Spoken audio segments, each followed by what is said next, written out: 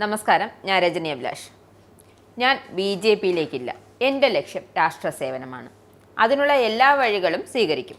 മറിച്ചുള്ള വാദങ്ങൾ ഊഹാപോഹങ്ങൾ മാത്രമാണ് എന്നാണ് തിരുവനന്തപുരം MP ശശി തരൂർ പറയുന്നത്.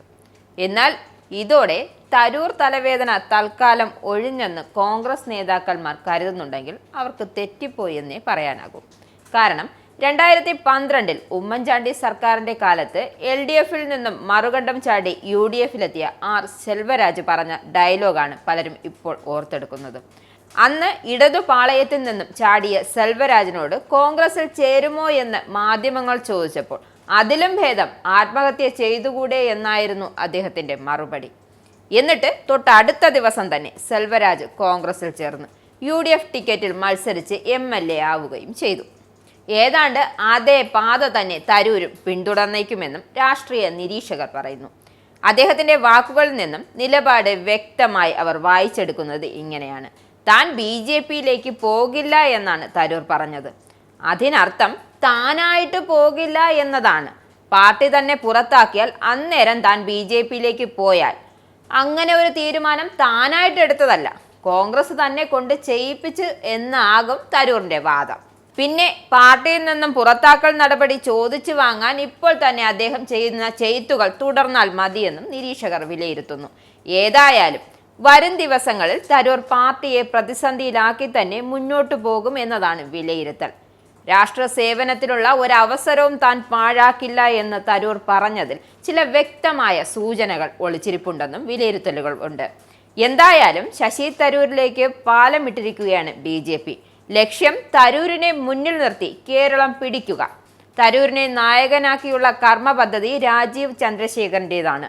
2026 രാജീവ് ദേശീയ നേതൃത്വത്തിന് സമർപ്പിച്ച കേരള പാക്കേജിൽ മുഖ്യ റോൾ തരൂരിനാണ്. സാവകാശം തരൂരിനെ സ്വന്തം പാളയത്തിലെത്തിക്കാൻ പണി തുടങ്ങിയിരിക്കുകയാണ് BJP. തരൂർ പാർട്ടിയുമായി ആലോചിച്ചിട്ടില്ലെന്നും ദൗത്യം ഏറ്റെടുക്കരുതെന്നുമൊക്കെ അഭിപ്രായം തട്ടിവിടുന്ന കോൺഗ്രസ് നേതൃത്വത്തിലെ ഒരു വിഭാഗം ഈ നീക്കങ്ങൾ അപകടം മണക്കുന്നില്ല എന്നതാണ് ശ്രദ്ധേയം. തരൂരും രാജീവും തമ്മിലായിരുന്നു കഴിഞ്ഞ തവണ തിരുവനന്തപുരത്ത് നിന്ന് ലോക്സഭയിലേക്ക് മത്സരിച്ചത്. തരൂരിനെ വിറപ്പിച്ച് നേരിയ വോട്ടുകൾക്കാണ് രാജീവ് പരാജയപ്പെട്ടത്. എന്നാൽ തരൂരും രാജീവ് ചന്ദ്രശേഖരൻ തമ്മിൽ കാലങ്ങളായി അടുത്ത വ്യക്തിബന്ധമാണുള്ളത്. BJP സംസ്ഥാന അധ്യക്ഷ പദവി ഏറ്റെടുത്തതു മുതൽ സംസ്ഥാനത്ത് പാർട്ടിയെ എത്രയും വേഗം അധികാരത്തിലേറ്റുക എന്ന ലക്ഷ്യവുമായാണ് രാജീവ് ചന്ദ്രശേഖരന്റെ പ്രവർത്തനം. രാജീവ് ദേശീയ നേതൃത്വം നൽകിയ ടാർഗറ്റ് 2031 കേരളത്തിൽ അധികാരം പിടിക്കുക എന്നതാണ്. എന്നാൽ 2026 ലക്ഷ്യം വെച്ചാണ് രാജീവിന്റെ നീക്കം എന്നതാണ് സൂചന. അത് എളുപ്പമല്ലെന്ന് രാജീവിന് അറിയാം. എന്നാൽ 2031 ലക്ഷ്യം വെച്ചാൽ അതുവരെ പ്രസിഡന്റ് പദത്തിൽ നിലനിൽക്കുക എന്നത് ശ്രമകരമായിരിക്കുമെന്നും രാജീവിനറിയാം. അതിനാൽ തന്റെ കാലത്ത് തന്നെ സംസ്ഥാനത്ത് അധികാരത്തിലേക്ക് അടുക്കുക എന്നതാണ് അദ്ദേഹത്തിന്റെ ലക്ഷ്യം. ശശി തരൂരിനെ മുന്നിൽ നിർത്തിയാൽ അധികാരം എന്ന ലക്ഷ്യത്തിലേക്കുള്ള പ്രയാണം എളുപ്പത്തിലാകുമെന്ന വിലയിരുത്തലാണ് രാജീവ് ചന്ദ്രശേഖരന്റെ ദേശീയ നേതൃത്വം അറിയിച്ചിരിക്കുന്നത്. ഇത് ഉൾപ്പെടെയുള്ള കർമ്മ പദ്ധതി അദ്ദേഹം കഴിഞ്ഞ ദിവസത്തെ ഡൽഹി യാത്രയിൽ ദേശീയ നേതൃത്വത്തിന് മുന്നിൽ അവതരിപ്പിച്ചതായും റിപ്പോർട്ടുകൾ പുറത്തുവരുന്നുണ്ട്. എന്നാൽ തരൂരുമായി ഇക്കാര്യത്തിൽ നേരിട്ടുള്ള ഒരു ആശയവിനിമയം ഇതുവരെയും ഉണ്ടായിട്ടില്ല എന്നതാണ് സൂചന. പകരം തരൂരിനെ BJPയുമായി അടുപ്പിക്കാനുള്ള തന്ത്രപരമായ നീക്കങ്ങൾ നടത്താനുള്ള ദൗത്യം BJP ദേശീയ നേതൃത്വം തന്നെ ഏറ്റെടുത്തിട്ടുണ്ട്. അതിന്റെ ഭാഗമായിട്ടാണ് പാകിസ്ഥാനെതിരെയുള്ള ഇന്ത്യയുടെ ഓപ്പറേഷൻ സിന്ദൂർ ദൗത്യം സംബന്ധിച്ച് ലോകരാഷ്ട്രങ്ങളെ ബോധ്യപ്പെടുത്താനുള്ള ദൗത്യത്തിൽ ശശി തരൂരിനെ ഉൾപ്പെടുത്തിയത്.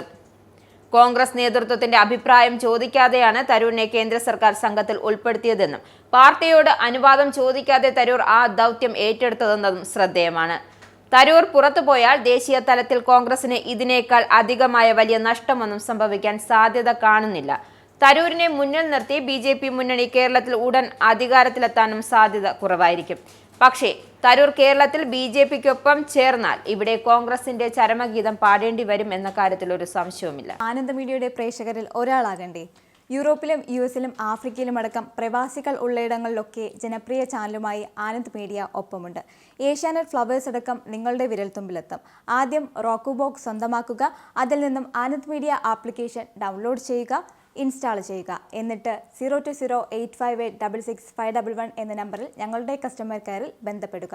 അല്ലെങ്കിൽ +91 735 660 3747 എന്ന നമ്പറിൽ വാട്സപ്പ് ചെയ്യുക. ആനന്ദ് മീഡിയയുടെ സേവനങ്ങൾ സ്വന്തമാക്കുക. മറ്റു ചാനലുകൾക്കൊപ്പം ആനന്ദ് ടിവിയും എൻജോയ് ചെയ്യുക.